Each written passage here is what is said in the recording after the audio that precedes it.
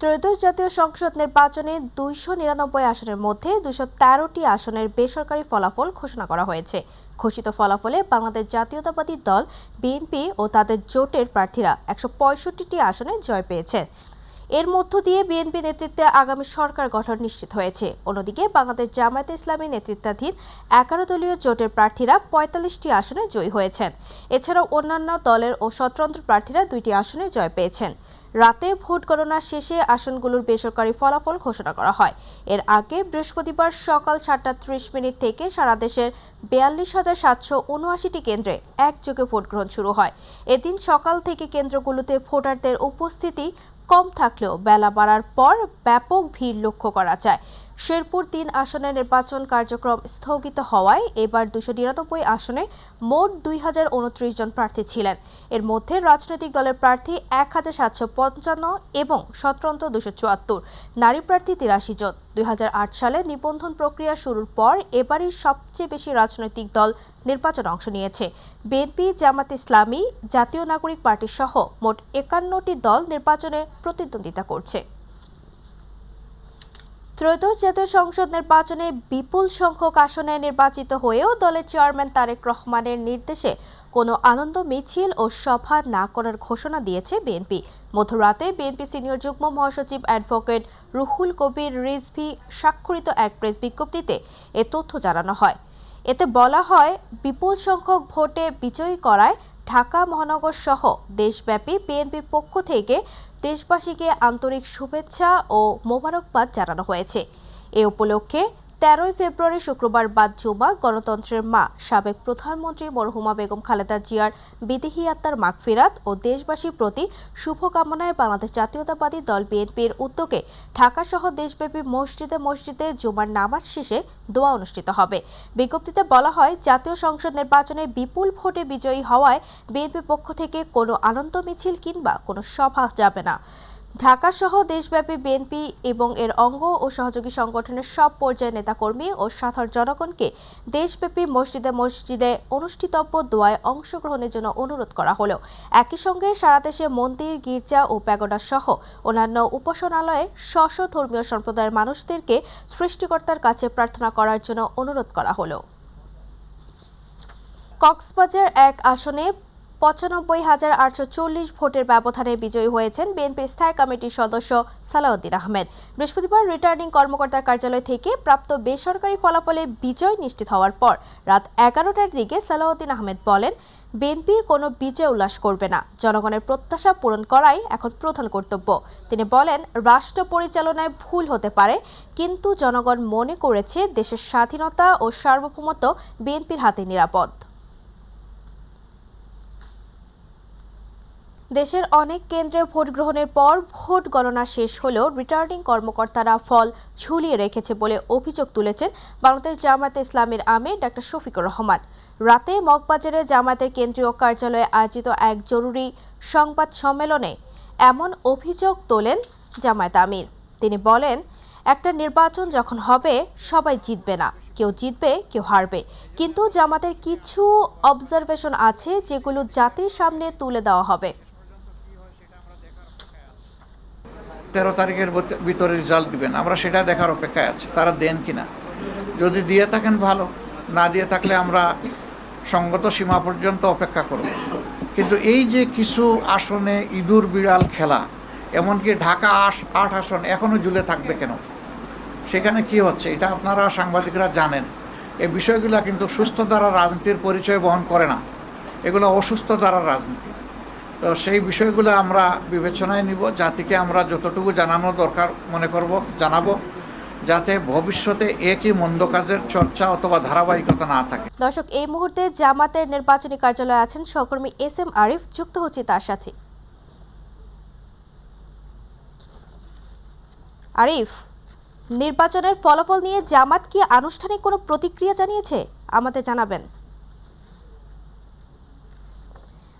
আর সাথে আমাদের সাধারণ জনগণের মতামত জানাবেন। তাবাসসুম, আপনি ইতিমধ্যেই হয়তো দর্শকদের জানিয়ে দিয়েছেন যে নিরঙ্কুশ বিজয় হয়েছে বিএনপির 208টি, যেটি 299টি যে আসন রয়েছে সেই আসনের মধ্যে 208টি আসন পেয়ে ইতিমধ্যে নিরঙ্কুশ বিজয় হয়েছে বিএনপির, এবং জামাত যেটা 11 দলীয় জোট, সেই 11 দলীয় জোট 70টি আসন কিন্তু পেয়েছে ইতিমধ্যে। এই তথ্যগুলো কিন্তু আমরা নির্বাচন কমিশন থেকে পেয়েছি, এবং এটি বেসরকারি ফলাফল, এখনও সরকারি ফলাফল ঘোষণা আসেনি।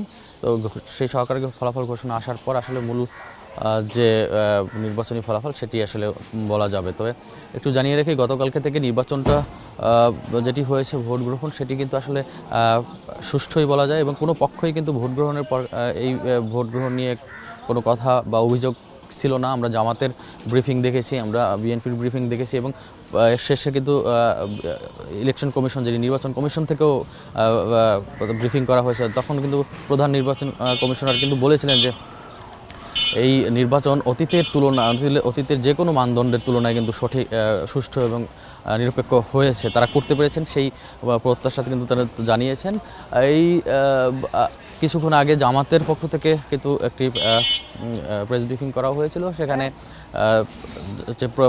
যে মুখপাত্র রয়েছেন তিনি কথা বলেছেন, তিনি বলেছেন যে এই তার একটি অভিযোগের সুরেই তিনি কথা বলেছেন যে আসলে ভোটের রায় যদি পরিবর্তন হয়ে যায় শেষ দিকে, তাহলে কিন্তু জামাত আন্দোলনে নামবে। তবে বিএনপির পক্ষ থেকে কিন্তু যেটি বলা হচ্ছে বারবার, যে এই বিএনপি নিরঙ্কুশ বিজয়ের যে হচ্ছে বা হতে যাচ্ছে, তখন কিন্তু ব্রিফিং করা হয়েছে বিএনপির কার্যালয়ে, সেখানে কিন্তু বলা হয়েছিল তারা বিজয় মিছিলটা করবেন না, এবং আজকে যে শুক্রবার, জানেন জুমার দিনে কিন্তু দোয়া, প্রতিটি স্থানে দোয়া তারা করবেন। এই বিষয়গুলো কিন্তু এখন পর্যন্ত রয়েছে। তবে যেটি বলেছি যে এখন পর্যন্ত বেসরকারি ফলাফল এটি, সেই আবারও একটু ফলাফল জানিয়ে রাখতে চাই যে 208টি বিএনপি পেয়ে নিরঙ্কুশ বিজয় হয়েছে, এবং জামাত, বিশেষ করে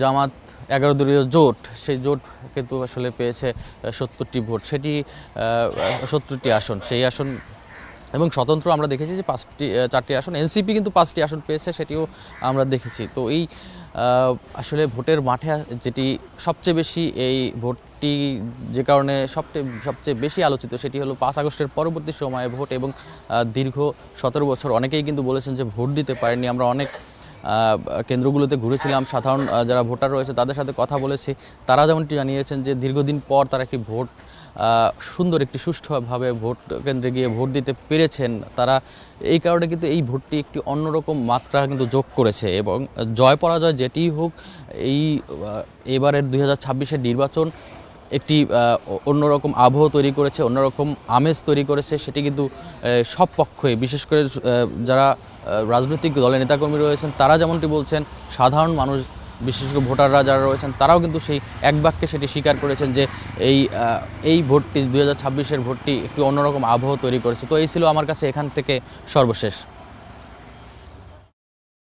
দর্শক, জামায়াতের নির্বাচনী কার্যালয়ের সামনে থেকে নির্বাচনের ফলাফল নিয়ে জামায়াত ও সাধারণ মানুষের প্রতিক্রিয়া সবশেষ তথ্য তুলে ধরছিল আমাদের সহকর্মী এস.এম. আরিফ। বিএনপির বিজয় অনিবার্য, ভোটের চূড়ান্ত ফল না পাওয়া পর্যন্ত নেতাকর্মীদের সজাগ থাকার আহ্বান জানিয়েছে দলটির জাতীয় সংসদ নির্বাচন পরিচালনা কমিটির মুখপাত্র মাহদি আমিন। সন্ধ্যায় গুলশানে বিএনপি নির্বাচন পরিচালনা কমিটির কার্যালয়ে এক সংবাদ সম্মেলনে এ আহ্বান জানান তিনি। মাহদি আমিন বলেন, গণতন্ত্রকামী জনগণকে ভোটের ফলাফল নিশ্চিত করার জন্য সজাগ থাকতে হবে।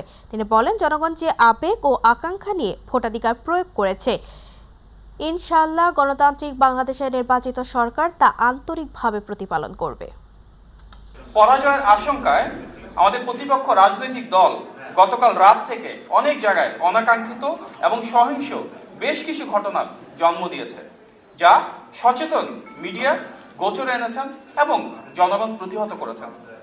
সংগঠিত ঘটনাগুলো নির্বাচনী আচরণবিধির সুস্পষ্ট লঙ্ঘন।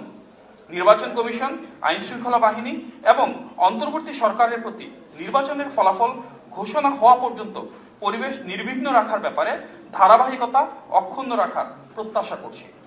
আমাদের যে গণতান্ত্রিক অভিযাত্রা, সেখানে সবচেয়ে গুরুত্বপূর্ণ ধাপ নির্বাচন। আজকে এখনো পর্যন্ত যারা ভোট প্রদানে অংশগ্রহণ করেননি, তাদের কাছে আমাদের বিনীত আবেদন, দ্রুত ভোট প্রদানের মধ্য দিয়ে আপনারা সেই ঐতিহাসিক পথযাত্রার অংশীদার হন।